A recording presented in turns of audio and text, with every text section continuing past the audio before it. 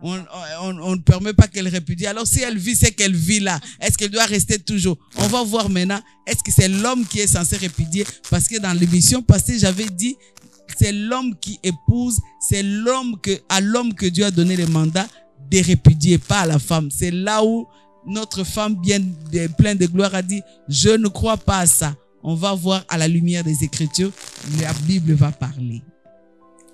Pourquoi donc, lui dirent-ils, Moïse a...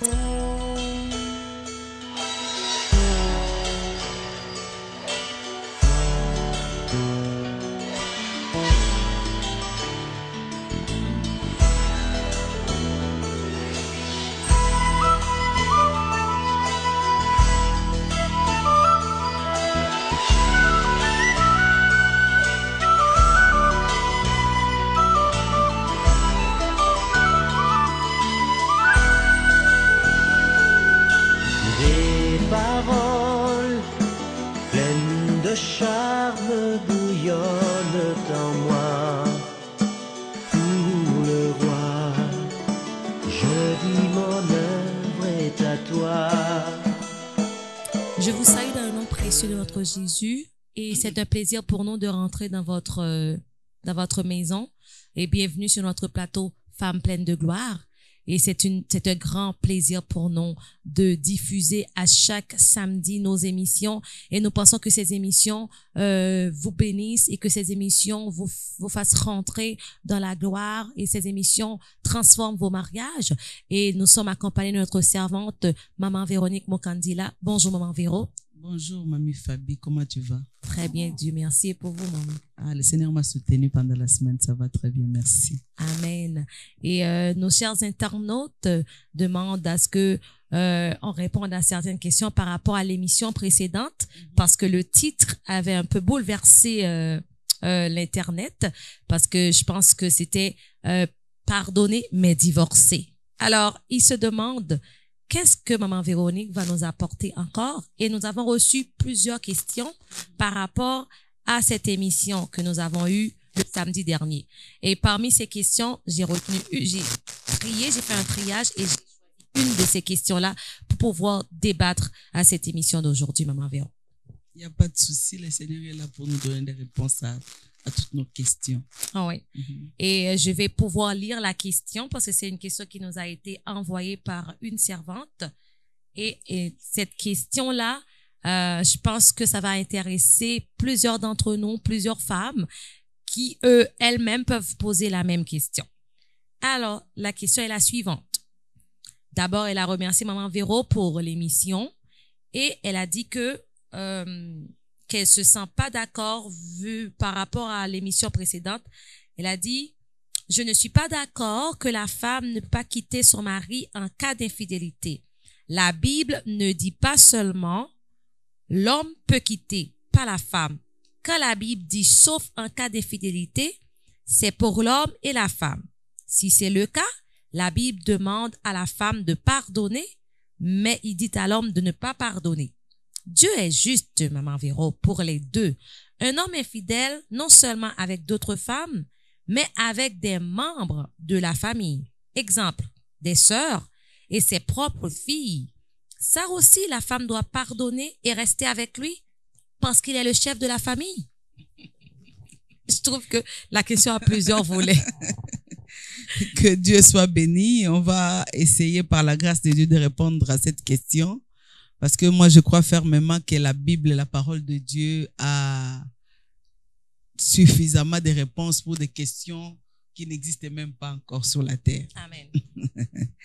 Jusqu'à ce que Christ revienne, il y aura des questions et Dieu savait qu'il y aura en ces derniers temps, comme la Bible dit, que ce sera des temps qui seront difficiles et que l'égoïsme va tellement monter que le divorce va battre les records.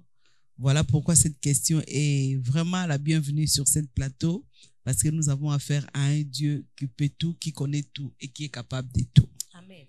Avant de répondre, je voulais dire merci au Seigneur encore pour ces jours et merci au Seigneur pour sa fidélité pour cette émission et merci aussi à celle qui est fidèle à cette émission Femmes pleines de gloire.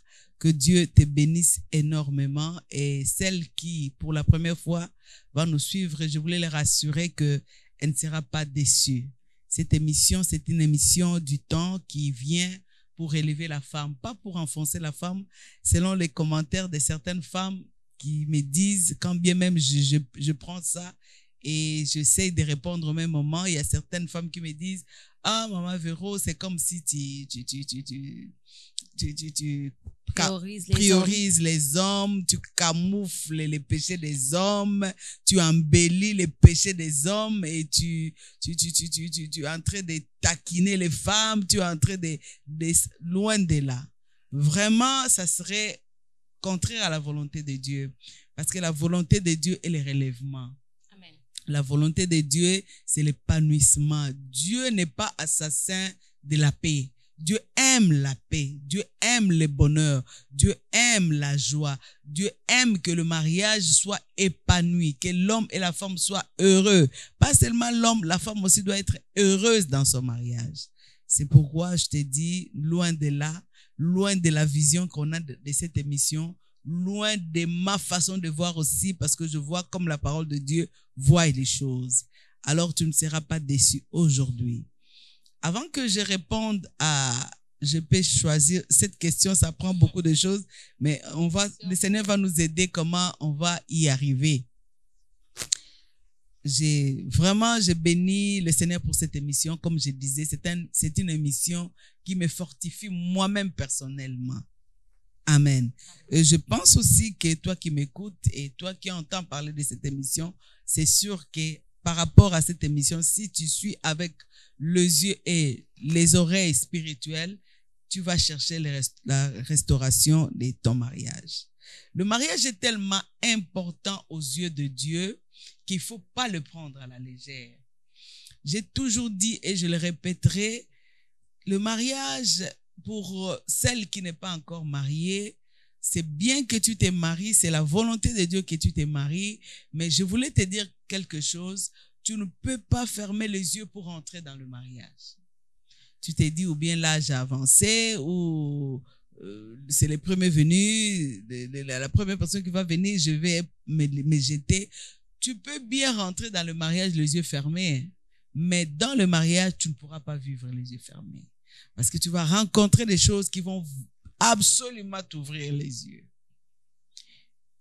La rencontre, l'unité de deux personnes qui viennent de familles différentes, éducations différentes, pays ou quoi que ce soit différent, et vivre ensemble, composer ensemble, voir la même chose, ce n'est pas facile. Mais comme le mariage, Dieu a institué des principes, nous devons marcher selon les principes de Dieu. En ce qui concerne cette question que cette bien-aimée femme pleine de gloire a posée, elle a demandé si Dieu est injuste. Pourquoi l'homme répudierait-il la femme? Et la femme ne pourra pas répudier l'homme. Parce que la femme vit le mépris, la femme vit avec un homme qui les trompe, comme elle a souligné. Est-ce que la femme ne pourra pas répudier? Elle n'est pas d'accord pour le pardon. Mais moi, je ne peux pas répondre sans que nous passons aux Écritures. Est-ce qu'on peut prendre le livre de Matthieu, là où on nous parle que l'homme doit répudier la femme, mais pas l'inverse? Matthieu 19. On peut lire Matthieu 19. Matthieu 19. On peut même commencer. Si on commence là, on va beaucoup parler, mais c'était bien de commencer. On peut commencer au verset 3. Verset 3, Matthieu 19, je lis au nom de Jésus. Amen. Les pharisiens l'abordèrent et dirent, pourquoi l'éprouver? Est-il permis à un homme de répudier sa femme pour un motif quelconque? La Bible, écoute les pharisiens, ils posent cette question pour voir comment Jésus va répondre, pour éprouver Jésus. Mais ils connaissent les Écritures. Est-il permis que l'homme fasse quoi? Répudie sa femme. Ça signifie que c'est l'homme qui répudie sa femme. Vous pouvez poser la question, est-ce qu'il est convenable qu'une femme répudie son mari? Mais il éprouve Jésus avec une question. Est-il permis à un homme de répudier sa femme pour un motif quelconque? Et qu'est-ce que la Bible répond? Il répondit, n'avez-vous pas lu que le Créateur, au commencement, fit l'homme et la femme? C'est-à-dire que dès le commencement, l'image de Dieu, quand il projetait le mariage, sa pensée pour le mariage, c'était un seul homme et une seule femme. L'infidélité n'avait pas de place. Le mensonge n'avait pas de place. D'ailleurs, la Bible nous dit, quand il les a créés, ils étaient nus. C'est-à-dire que c'était un couple qui était transparent. Là où il y a la transparence, c'est où on va aller récolter l'adultère. C'est où on va aller les soupçons. Non. La vision, la pensée de Dieu en ce qui concerne le mariage. C'est pourquoi je conseille à celle qui n'est pas mariée.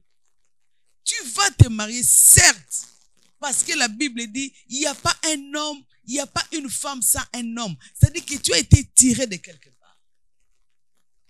Mais ne rentre pas pour rentrer. Pourquoi? À cause d'abord de l'importance du mariage. Ne rentrez pas pour rentrer. Le mariage est tellement important. Et ce qui est important aux yeux de Dieu, c'est là où l'ennemi aime aller tripoter. Là où Dieu donne l'importance, c'est là où l'ennemi aime mettre sa main pour mettre les désordres. Pour que les gens disent, alors si c'était bien, si c'était, alors pourquoi ça? Comment ça? Amen. Au commencement, Dieu n'a pas créé plusieurs hommes avec une femme. Dieu a créé l'homme et la femme. Oui, qu'est-ce que la Bible dit? Et qu'il dit, c'est pourquoi l'homme quittera son père et sa mère et s'attachera à sa femme. Et les deux deviendront une seule chair. J'aime ça, s'attacher à sa femme. On n'a pas dit que l'homme va s'attacher à ses femmes. L'homme va aimer 4 femmes de la même façon parce qu'il a l'argent. S'il achète une voiture de l'année à la première, elle achètera la deuxième et les deux sont aimés pareil. Non, on ne peut pas comparer l'amour avec l'argent. Non, ce n'est pas parce qu'un homme te donne, ça signifie qu'il t'aime. Ce n'est pas ça. Non, ça n'a rien à voir. Donner, ça vient après. On peut aimer, on peut ne pas aimer et donner. C'est-à-dire que Dieu a dit, l'homme quittera son père, il quittera sa famille, il ne peut pas, il achète une maison, la première personne à savoir, maman, j'ai acheté, papa, non, c'est sa femme, parce qu'il va quitter sa famille et il va s'attacher à sa femme, à une seule femme. Parce qu'au commencement, le mariage, c'est l'homme et la femme. Et Dieu a créé l'homme et la femme. L'homme va s'attacher à sa femme pour qu'ils deviennent une seule chair. Amen. Ainsi, ils ne sont plus deux. Non. L'homme et la femme dans le mariage, c'est une seule personne. Dis-moi, est-ce que tu vas vouloir faire souffrir ta main? Non. Tu vas vouloir faire souffrir ton pied? Non. Mais ils sont deux. C'est-à-dire, ils sont une seule personne, c'est-à-dire qu'une seule chair, ça signifie qu'il y a l'homme et la femme dans le mariage, c'est une équipe complémentaire. Ils jouent pour gagner les deux. Je n'ai jamais vu les gens de la même équipe jouer pour perdre. Ils jouent pour gagner la vie. Ils jouent pour gagner le royaume. Les deux. Mais une seule, avec une même pensée, gagner. Avec une même pensée, ne pas perdre. Avec une même pensée, s'élargir, s'épanouir, posséder la terre. C'est ça l'idée qu'on doit avoir pour le couple. On ne peut pas avoir l'idée où je fais ceci, sinon l'homme va me tromper. Ou la femme, je me réserve. Non. C'est pourquoi la Bible dit, ils ne sont plus deux. Mais ils sont une seule chair. Une seule chair. Que l'homme donc ne sépare pas ce que Dieu a joint. Alors, les divorces, c'est clair dans la Bible que les divorces n'est pas là. Ici, là, c'est clair que dans la pensée de Dieu, Dieu n'a pas prévu les divorces. Si Dieu n'a pas prévu les divorces viennent d'où? Du diable. De l'ennemi. Oui. Avant qu'on arrive, est-ce que si l'homme va faire des rapports avec ses nièces, avec ses filles, est-ce que je répudie cet homme ou je reste avec? Mais toutes ces choses-là viennent de l'ennemi. Ce n'est pas les plans de Dieu. Ce n'est pas la volonté de Dieu. pour le mariage. Alors, au lieu qu'on commence à s'accuser, les hommes accusent les femmes accusent les hommes, ou on me met au milieu, on me met même pas au milieu, on me dit, maman Véro, tu protèges. Jamais. Les Écritures, c'est ce qu'on doit protéger. Amen. Les Écritures, c'est ce qu'on doit valoriser. Le plan de Dieu, c'est ce qu'on doit rehausser. Amen. Amen. C'est ça. Donc, ça signifie que le divorce n'est pas dans les projets de Dieu. L'infidélité n'est pas dans les projets de Dieu. Si cela arrive, c'est comme quand le serpent est venu déranger le couple. Ce n'était pas dans les projets de Dieu. Au lieu qu'Adam accuse, c'est toi, c'est la femme que tu m'avais donnée. Et la femme dit, c'est le serpent. Non, on réalise qu'un intrus est rentré. Et comment faire pour chasser l'intrus? On ne peut pas se jeter des pierres pour dire que Dieu est injuste. Allons-y pour voir l'injustice de Dieu là où notre bien-aimée femme pleine de gloire nous a posé la question. Elle a dit, Dieu est injuste. Comment permettrait-il à un homme de répudier sa femme et à la femme, on ne permet pas qu'elle répudie. Alors si elle vit ce qu'elle vit là, est-ce qu'elle doit rester toujours? On va voir maintenant, est-ce que c'est l'homme qui est censé répudier? Parce que dans l'émission passée, j'avais dit, c'est l'homme qui épouse, c'est à l'homme que Dieu a donné le mandat de répudier, pas à la femme. C'est là où notre femme bien pleine de gloire a dit, je ne crois pas à ça. On va voir à la lumière des Écritures, la Bible va parler. Pourquoi donc, lui dire-t-il, Moïse a-t-il prescrit de donner à la femme une lettre de divorce et de la répudier? Ah oui? Moïse a prescrit quoi? De donner? Une lettre de divorce à la femme. Ah bon? Et la répudier. Donc c'est l'homme qui répudie? Oui. C'est l'homme qui répudie. Tu es d'accord avec moi? Oui, bien sûr. Est-ce que la femme répudie? Non. Est-ce que Dieu est injuste? Il est juste. Dieu est juste. S'il faut parler de la justice, s'il y a quelqu'un qui est juste, c'est Dieu. La Bible dit, il est juste dans toutes ses voies. Amen. Dieu est juste. Quand je médite la parole de Dieu, après le jugement de Dieu, quand le Satan est venu bousiller le couple qui était en paix, qui vivait en communion avec Dieu, après que Dieu a jugé l'homme qui devait manger par la sueur de son front, il a dit à la femme, pour toi, tu vas enfanter avec douleur. Tes désirs vont être portés vers l'homme et il dominera sur toi. C'est là où je pense qu'il fallait dire, Dieu est injuste. Pourquoi il a dit que le mari domine sur moi? C'est là où, ce n'est pas ici dans le divorce. Ici, la femme n'a pas droit à répudier l'homme. La femme n'a pas droit. Le mariage, l'échéance du mariage, c'est pour la vie. Jusqu'à ce que la mort nous sépare. C'est ça l'échéance. Jusqu'à ce que la mort nous sépare. C'est la mort qui donne la liberté à la femme d'épouser un autre mari. C'est la mort. Ce n'est pas le divorce. J'avais bien dit que l'Église peut statuer dans certains cas, selon les cas. Et c'est l'Église qui statue. Qu'importe ce que... Nous devons être clairs devant la parole de Dieu. Et nous devons dire Amen à la parole de Dieu.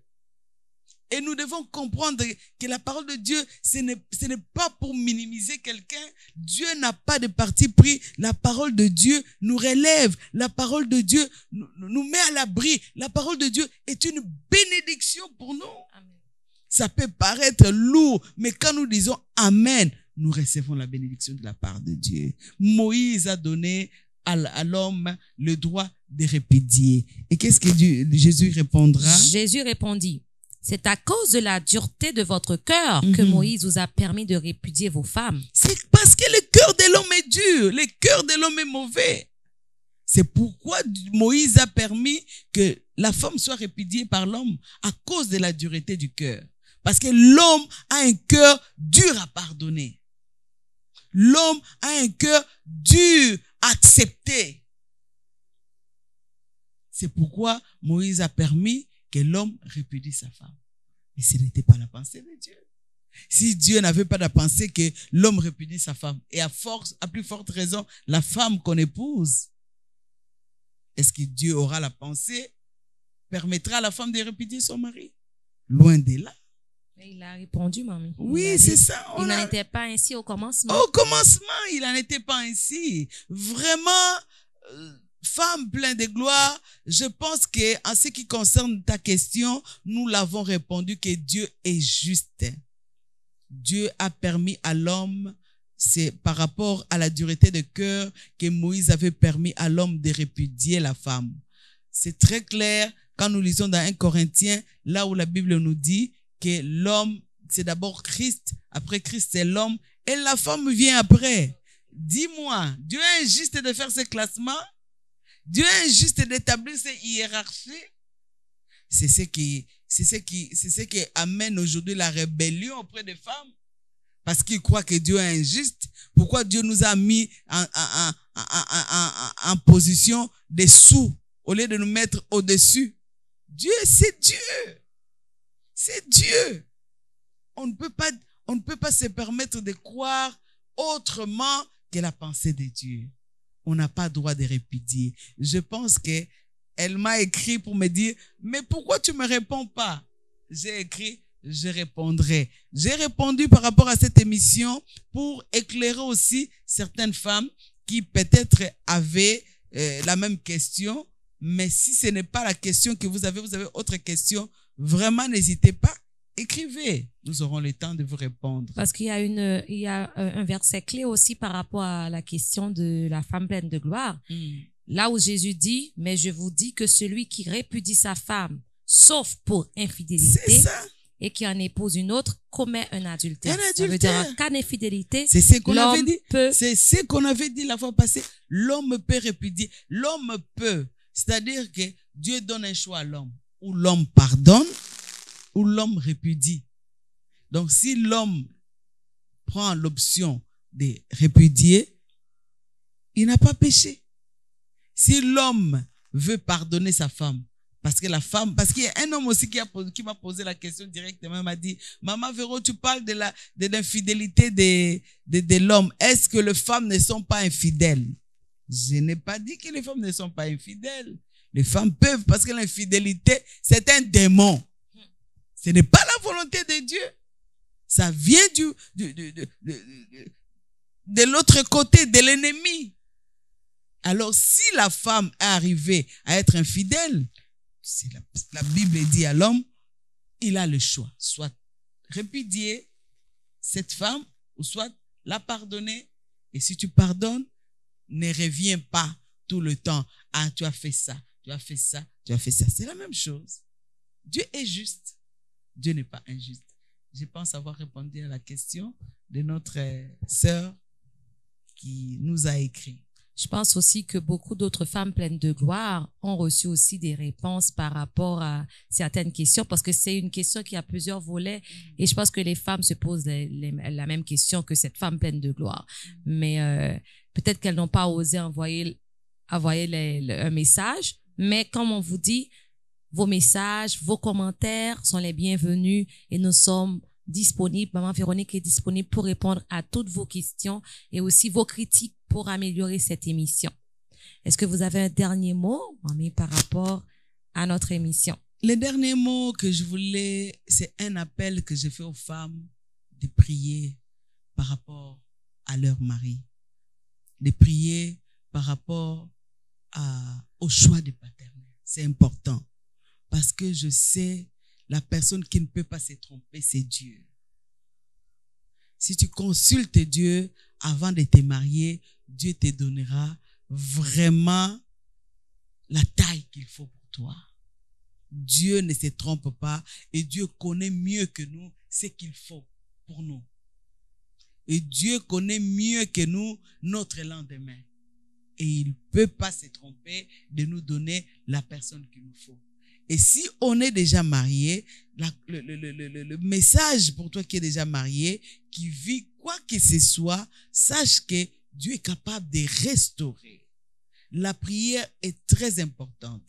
Ne prends pas d'emblée l'idée, non, je ne pardonne pas, je répudie. Je fais la prière, je vis des hommes méchants, je vis des hommes vagabonds, je vis des hommes occultes même qui sont devenus serviteurs de Dieu.